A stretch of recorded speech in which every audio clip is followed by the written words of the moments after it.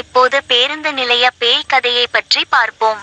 கோயம்புத்தூருக்கு அருகிலுள்ள ஒரு சிறிய ஊரில் காலம் கடந்த ஒரு பழைய பேருந்து நிலையம் இருந்தது. அங்குள்ள மக்கள் இரவு 10 மணிக்கு பிறகு அந்த பேருந்து நிலையத்தை கடந்து செல்லவே பயந்து போவார்கள். காரணம், அந்த இடத்தில் பேய் வரும் என்ற வதந்தி. பேருந்து நிலையம் முழுவதும் பாழடைந்து சுவர்களில் கீறல்கள், மின்விளக்குகள் சறுக்கிக் கொண்டே ஒளிவிடும். எங்கும் வௌவால்கள் பறந்தது போல சூழல் இருக்கும். மக்கள் அங்கே ஒரு விபத்து நடந்தது என்றும், அதிலேயே ஒரு பெண் உயிரிழந்ததாகவும், அவள் ஆவி அங்கேயே சுற்றி வருகிறது என்றும் சொல்வார்கள்.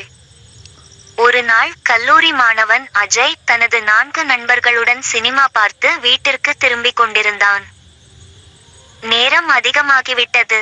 அப்போது பேருந்து வருவதற்காக அந்த பழைய பேருந்து நிலையத்தில் காத்திருக்க வேண்டிய சூழல் ஏற்பட்டது.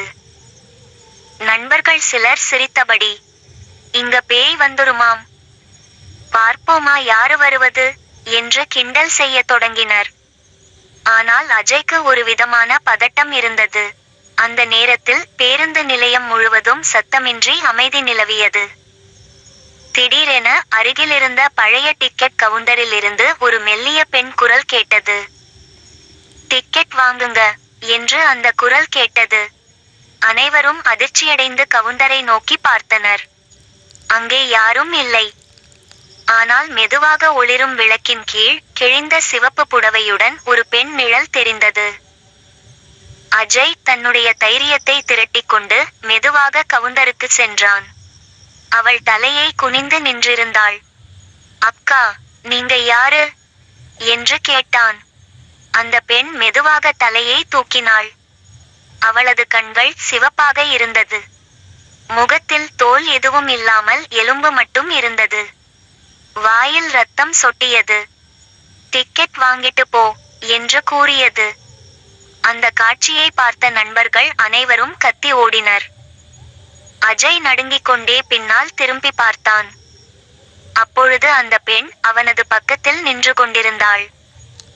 காற்று புயலாய் வீச அவள் பற்களை கடித்தபடி குரல் எழுப்பினாள். "டிக்கெட் வாங்கிட்டு போ" என்று கூறினாள். அஜய் மயக்கமடைந்து விழுந்தான். அடுத்த நாள் காலை ஊர் மக்கள் பேருந்து நிலையத்துக்குள் வந்து பார்த்தபோது அஜய் தரையில் மயங்கி கிடந்தான். அவனை உயிரோடு காப்பாற்றினர். ஆனால் சுவரில் ஒட்டப்பட்டிருந்த ஒரு புகைப்படத்தை பார்த்தவுடன் அஜய் அதிர்ச்சியடைந்தான்.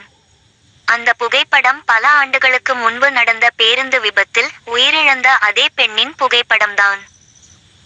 அவளது மரணத்தின் நாளிலிருந்து அந்த பேருந்து நிலையத்தில் யாரேனும் நின்றால் அவள் வந்து "டிக்கெட் வாங்கிட்டு போ" என்று கேட்பது வழக்கம். அஜயும் அவனது நண்பர்களும் அந்த அனுபவத்தை வாழ்க்கை முழுவதும் மறக்க முடியாமல் போனார்கள். அந்த நாளிலிருந்து அந்த பேருந்து நிலையத்தை ஊர்க்காரர்கள் முழுமையாக மூடிவிட்டனர். ஆனால் இரவில் அங்கு சென்றவர்கள் இன்னும் "டிக்கெட் வாங்குங்க" என்ற குரலை கேட்கிறார்கள். மீண்டும் ஒரு திகில் அனுபவத்தோடு சந்திப்போம். Thanks for watching. Please subscribe to my channel.